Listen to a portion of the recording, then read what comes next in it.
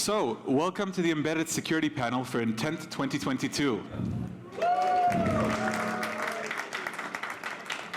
So before we get started, let's speak a bit about what we're doing here. First of all, what is an embedded system? So I'm going to quote from Wikipedia. It's a bit long, so we just took the first paragraph. An embedded system is a computer system, a combination of a computer processor, computer memory, and input-output peripheral devices that has a dedicated function within a larger mechanical or electronic system. Basically, for our purposes, it's anything which isn't a client or a server running Linux, iOS, or Mac, or Android, okay? But even those contain embedded systems in them today. But why is this interesting for a security conference? So, who is targeting embedded devices and why?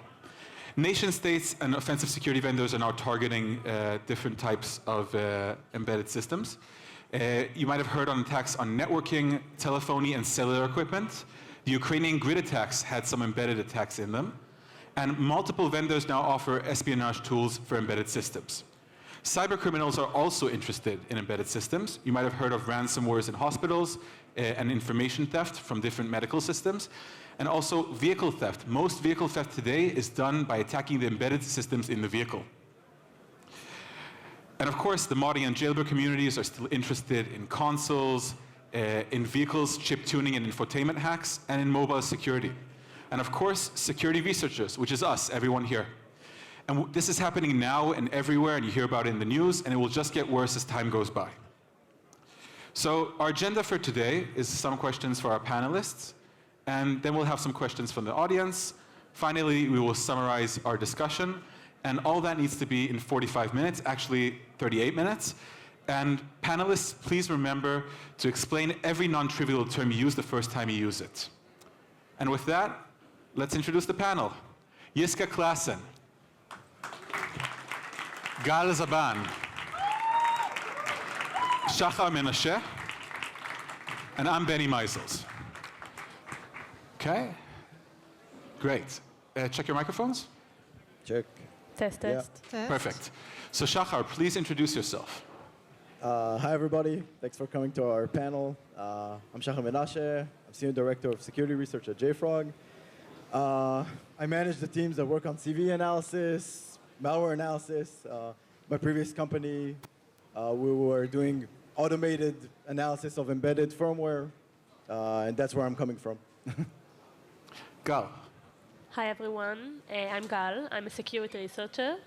I'm doing mostly vulnerability research on embedded systems. In the past, I used to work on automotive, and I did vulnerability research for electronic control units.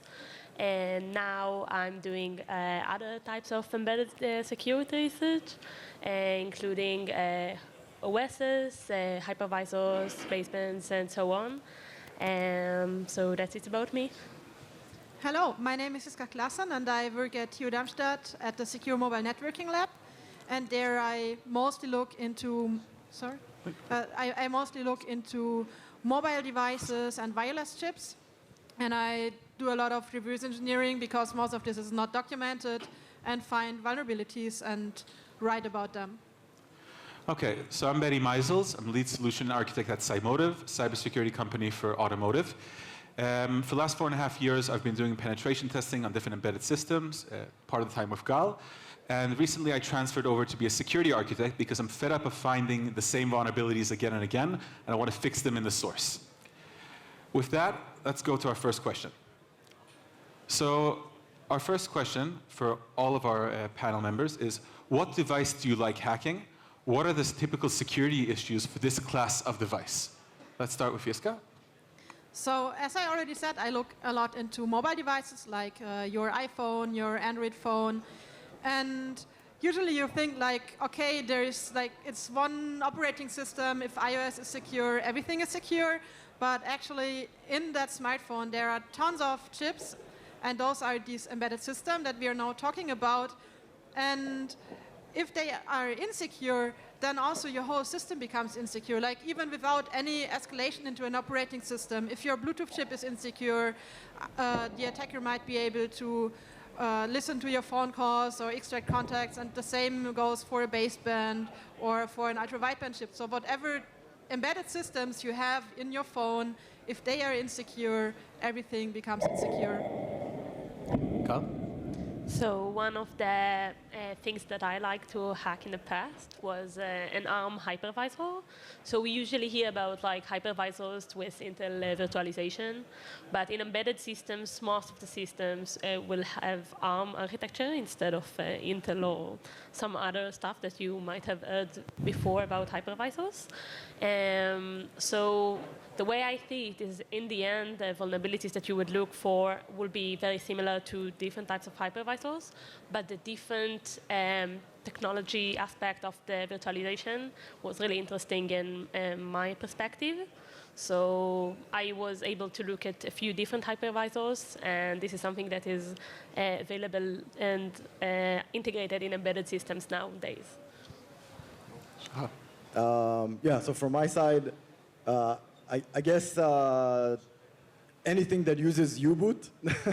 For those who doesn't know, U-boot is an open source bootloader, and a ton of embedded devices use it. But it's very interesting because it really comes with a lot of unsafe defaults, and then every vendor tries to like write custom code to make it safe, which is really hard. So every time it's like a CTF, basically, to see what custom code they added that makes you able to hack it. So really, any type of device that uses U-boot, you probably can always get a shell, but it's also always an interesting challenge, I would say. I think the cool thing is that now we can find systems which actually have all three of these in one system. And that makes Yeah. it totally awesome. Okay. So our next question for Yiska and Gal, can we even build secure embedded devices? Gal, please start. So in general, like most of us know, every device has vulnerabilities in the end. So what I would suggest is that because we know that in some point in the future, vulnerabilities will exist on every device, so the most important part is to be able to update the devices remotely. So one of the things that I would suggest if someone is interested in creating secure embedded devices is to be able to have an over-the-air update and to be able to patch vulnerabilities and bugs when you have them, instead of having a static device that is not updated for years and years. One of the things that is also important is that because embedded devices are integrated in production lines and healthcare stuff, so in the end it's important to have something that will not shut down everything. So the updates are something that I think will be very crucial if you want to have a secure embedded system. Yeah, I think updates are really crucial. And yeah, everyone wants to hear like this device is secure, but it doesn't exist. But what you can see for embedded devices especially is that mitigations that we have seen in other parts, they are really having a hard time to make it into embedded. So for example, stack canaries, they really had a long time until I saw the first time with stack canaries enabled in a Bluetooth firmware. And the same goes for like ASLR, that's usually not enabled on embedded devices. And also Rust is now slowly making its way for embedded devices, but it just takes time, it's slower. So probably in a few years we can say, okay, all the mitigations that we know already now have made it also into embedded, but let's give it a try. And yeah, we will see in the future. So maybe a follow-up to that question. What about hardware redundancy, hardware defenses for, let's say, electromechanical systems? Yeah, so from what I have seen, like the typical like mobile device wireless chips, they are not considered something that has to be secured against fall injection. So maybe if you have like a crypto wallet or something, that's worth it. But if you want to bypass a secure bootloader in some of the common wireless chips, that's pretty much possible. And also the question is like, what is your adversary model? Like if someone already has your phone opened, do they attack the wireless chips, or do they attack on an iPhone like the secure enclave processor or some secure element or some trust zone on ARM or something? Cool.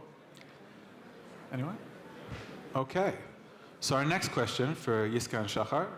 So what is broken in embedded cybersecurity, and how can we fix it? Shahar? Yeah, so it's a really good follow-up. I'm going to touch about some stuff that Yiska also said. I think there's a few categories here. First of all, in embedded, it's still like in a different league than mobile and servers. Like it's still much less secure, in my opinion. First of all, it's the extensive use of low-level languages, I believe. Like a lot of times it's written in C, C++, and they're not using Rust, they're not using Python or JavaScript, etc. And then, you're just susceptible to buffer overflows, which is things that you're not even supposed to be susceptible anymore, or command injections because there's no secure API, things like that. So first of all, like the low-level languages. Second, like Yiska said, mitigations. Like almost all the BSPs today, like they give you an SDK. Can you explain what a BSP is? Yeah, sorry, the board support package. It's the both like physical and software that you get when you're working on a specific embedded device on a specific board from the vendor, from the OEM. So you get like a GCC version, which doesn't even enable stack canaries and SLR and everything that Yiska said by default. And in Ubuntu, you compile with GCC and Clang, you get it right off the bat. So it's absurd, like it's mitigations from 20 years ago, and you still don't get them by default. And I will say very shortly, the third thing maybe is a lot of times in embedded, people are not using open source as much as they need to. They're just trying to re-implement everything, and then you get bugs. So these are the top three for me, I guess. Yeah, but I mean, so with open source, you really had an interesting point, because often in embedded devices, so I know there is GPL and you shouldn't copy any Linux source code into your, I don't know, wireless chip, yeah? But I've actually seen cases where you have a vulnerability in Linux, and I don't think that the developer of the embedded chip copied the whole source code, but they probably took a look either into the source code or the specification is really bad, and they just make the same mistakes also in embedded. But the tools for testing embedded devices and then also finding and verifying vulnerabilities, they are really bad. And also this whole process of getting a patch out, like for an operating system that has OTA updates, as Gal said, like 3 months to push out a security patch, it's really doable. But for embedded devices, often even the manufacturer, they don't know to which customers they sold which chips with which firmware, and rolling that out, oh wow. So I think what we need to fix first is really updates. So that's getting back to what Gal said. And then, yeah, the points that you mentioned. So do you have any examples of vendors which are doing this correctly, or already on track to implementing these mitigations or updates? I mean, I wouldn't say that there is like correct or wrong. So one thing that I've seen for Wi-Fi and Bluetooth updates is that like bigger customers like Samsung or Apple, who have like hundreds of thousands of devices just of only one specific chip, they will get updates rather fast. So for them, this update process works. But if you go to IoT devices, that will take much longer. So I think it's kind of fixed and done well for the big customers, and then also their customers who are end users, like all of you. But for the IoT devices, I don't know. And will regulation help here? There's new regulations in Europe, for example, for updates of IoT devices or default passwords and stuff like that. It might help, but it's really hard to get up the chain. Like, and also it would make the products way more expensive if you really have someone who is constantly checking, like, is there now an update for this chip and everything? And then I think you have to request patches. Especially if you do changes to the firmware, you have to request patches from the tier 1 going up all the way and then saying, hey, I only have 100 IoT devices sold to customers. Can you provide a special patch for me? That will take ages. Thank you. Okay, our next topic is education and industry. These questions are for Yiska and Gal. First of all, for Yiska. What is the difference between security research in academia and industry? So in industry, I think, Gal, correct me if I'm wrong, yeah. But in industry, I think the common thing is to do pen testing. So you have a customer, and the customer wants a pen test, and they have a checklist, and then you said, like, I tested all the interfaces of this component and everything that we mark critical and so on. So you have like a full checklist. And in academia, you know, like I take a walk, I get a shower, and then I come up with this one weird idea, and I say, this is a new attack technique, and I'm now going to try this, and I'm going to pwn at least like 3 or 4 systems with that, and going to show like this is really a new thing. And I don't care about like the overall product security. I will never provide the company with a pen testing list or something. I will just say like this is a novel approach. And also, I don't care about payment or bug bounty. I only care about publishing this.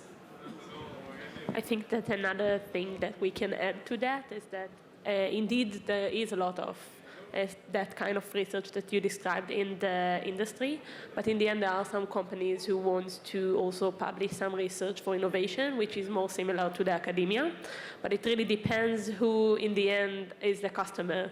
Like if the customer is the company, so then you publish stuff in order to increase the prestige of the company, to get new customers, but there is also customers that pays for security testing that in the end requires some methodology of going through some of the things and interfaces in order to make sure they are closed and secured. So it really depends. But I think that in the academia, it's more like individual person perspective, and less like what is the whole customer or company needs out of this research. So. Okay. Our next question is for Gal. How can I get into embedded security research? So this is a question I get a lot.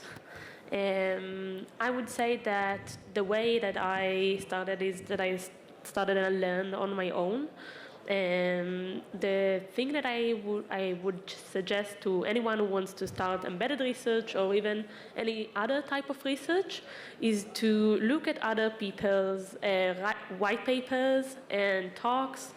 In the end, we try to approach a new research objective, but sometimes when you are new to the subject, you are not always sure where to start. Like, what is the right methodology to do those things? This is something you cannot learn it by reading code. You cannot learn it by looking at specific component. This is something you need to see other people's work to understand.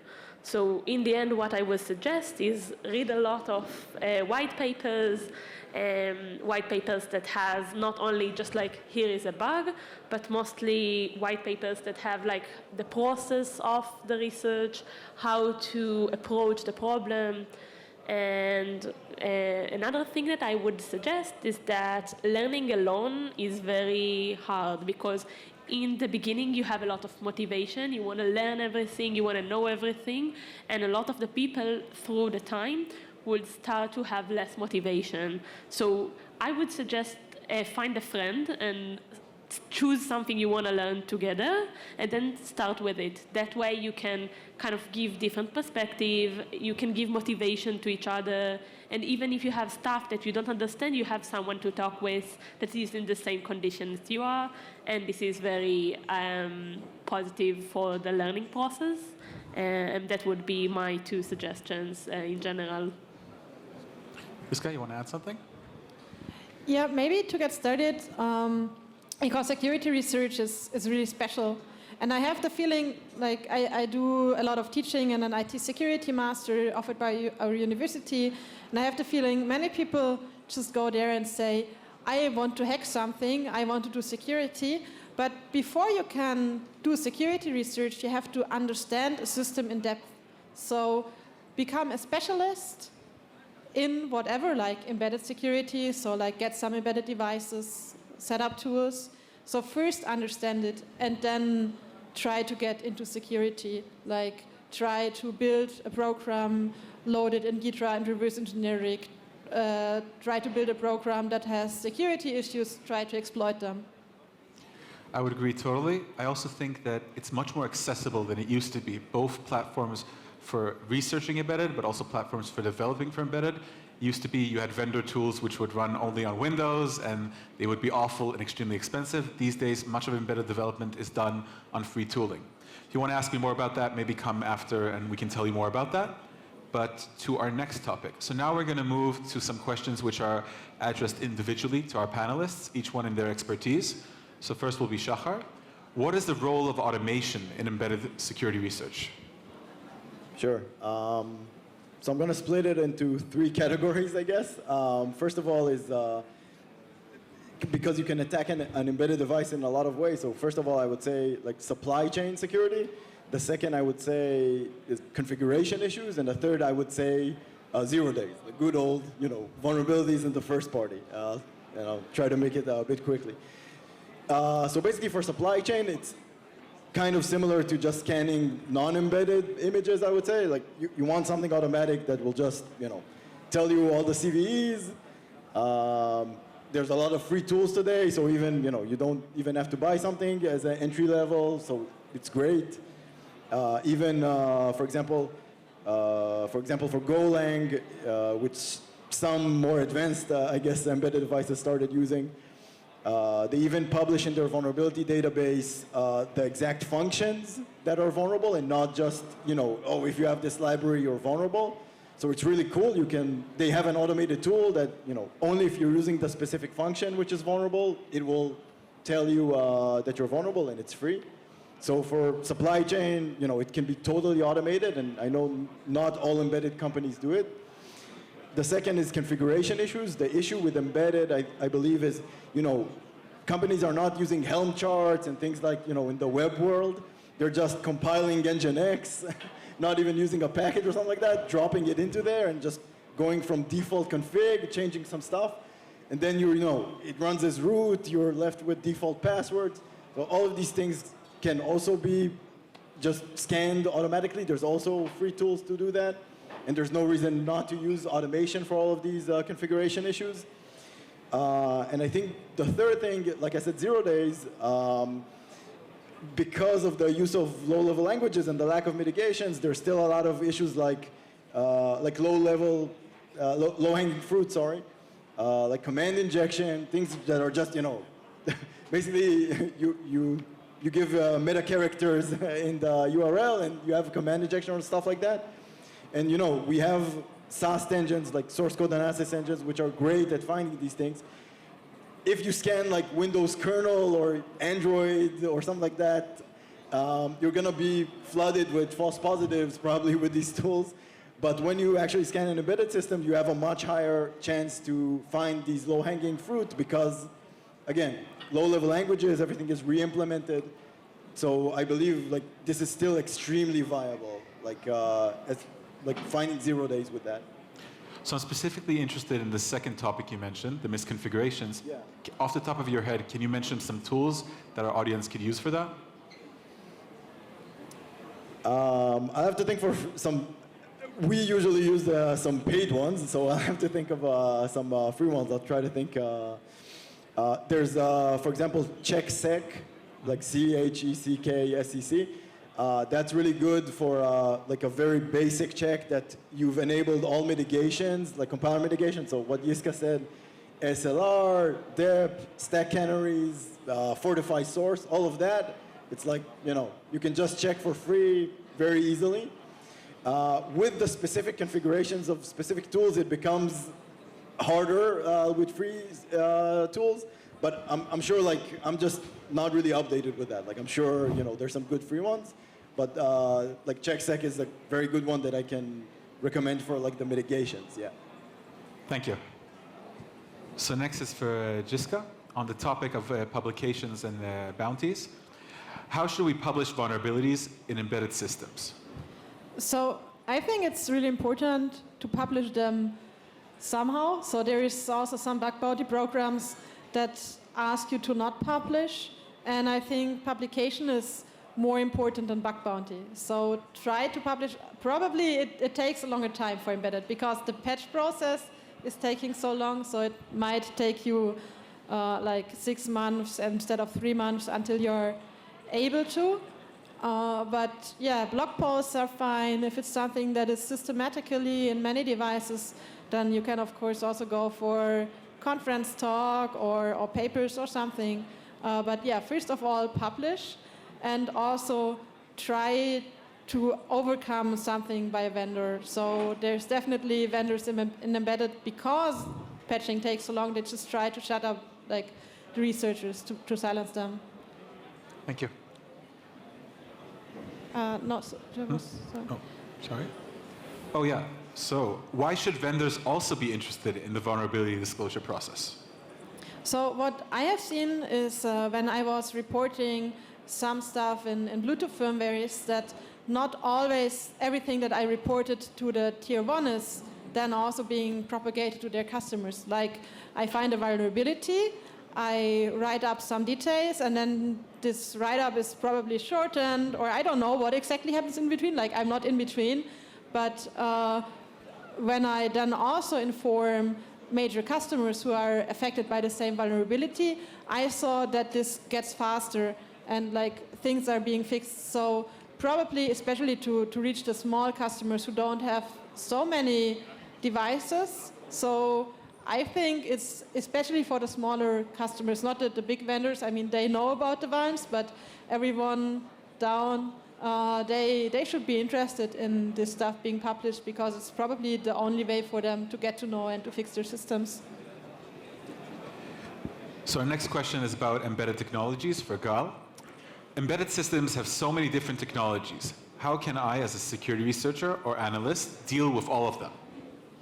So this is a big problem that we all encountered at some point. I think that although our instinct is like, yeah, we want to research code, we want to use IDA, let's reverse everything. So because there are so many different technologies, the first thing you should do before you dive into code is kind of understand where you are standing. Which means like reading documentation, reading other types of information you have on your device. You would be surprised that in some cases looking online on stuff would save you a long time of reversing a component. Sometimes there is documentation on the protocol, on some other firmware that is similar to what you are looking at. And in the end, a lot of the things are based on something that engineers need to do first. So in these cases, there will be also documentation. Another thing that I would say is that because in case you want to do vulnerability research, you shouldn't just like start, you need to map attack vectors first. So this is something that kind of helps you with the different technologies that you have, is to focus on what's really important instead of like going everywhere and look at everything, because you need to focus on one thing.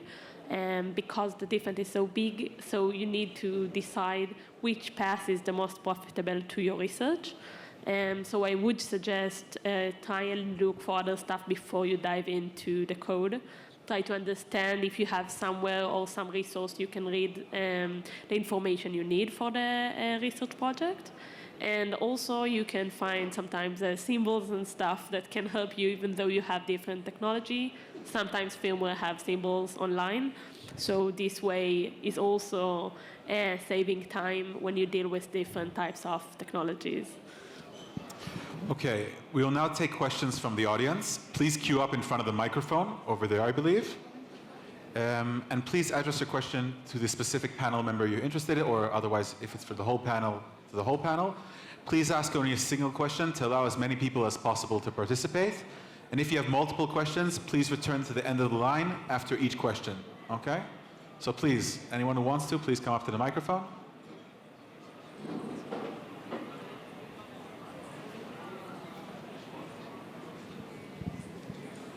Don't be shy.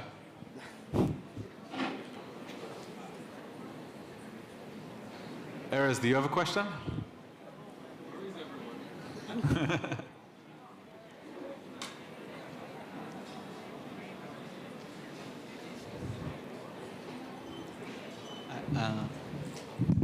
Guess I'll start. Thank you for the very interesting insights.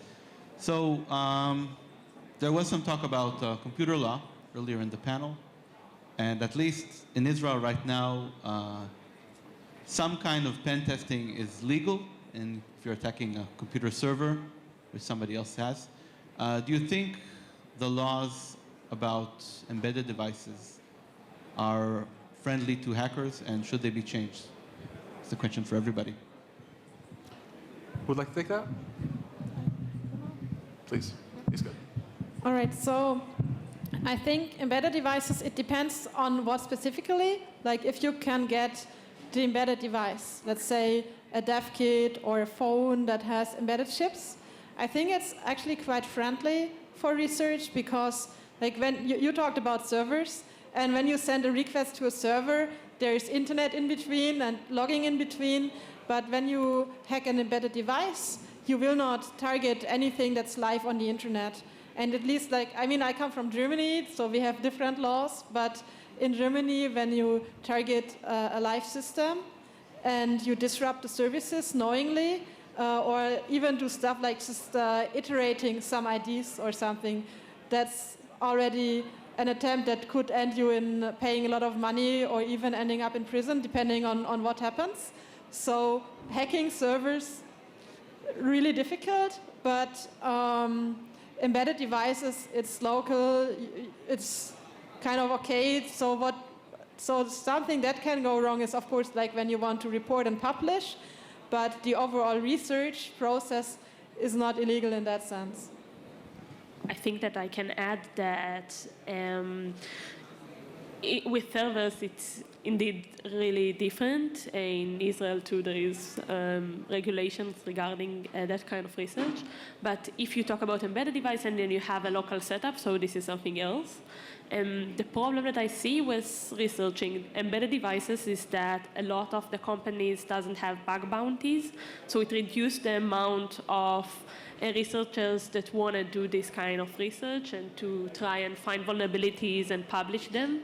In the end, it brings a lot of researchers and it brings a lot of attention to devices when you have an available bug bounty program. So this is something I think the vendors should try to adapt to the new age of kind of research we have today.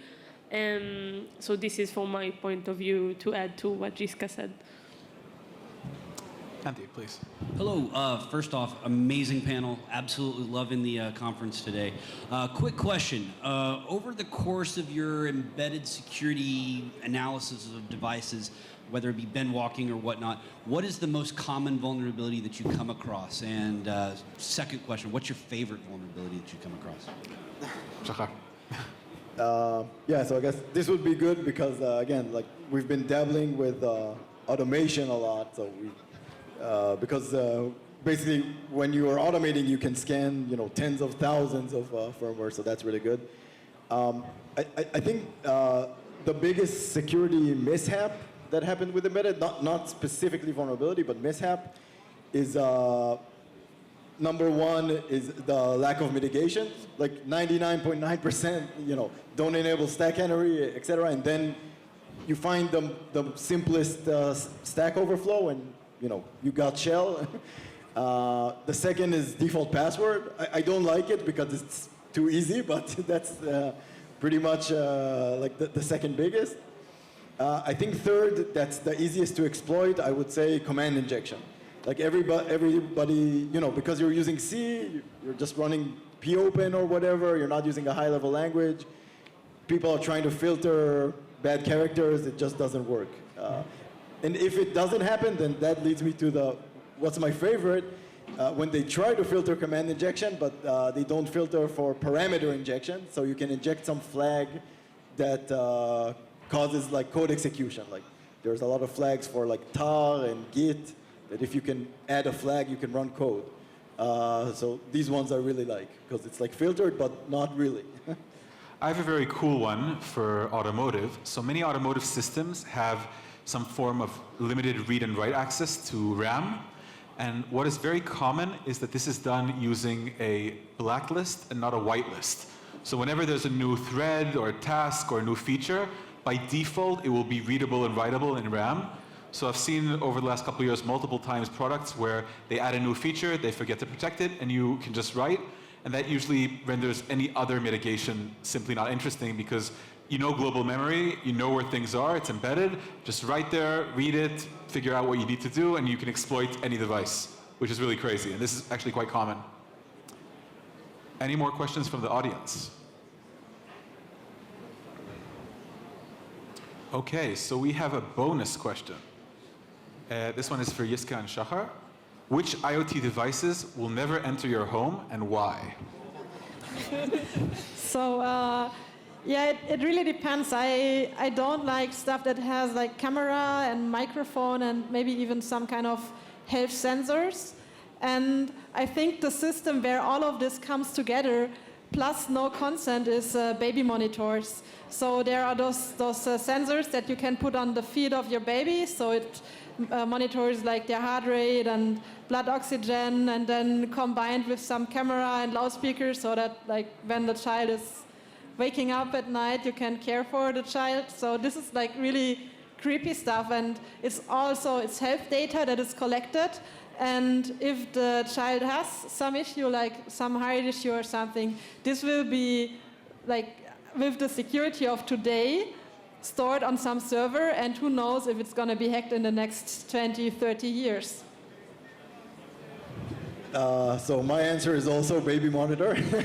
But I'll find, I can also say something else. But we actually reversed quite like a ton of cameras, and some of them were even specifically baby monitors, and the results were not good for the vendors, let's say.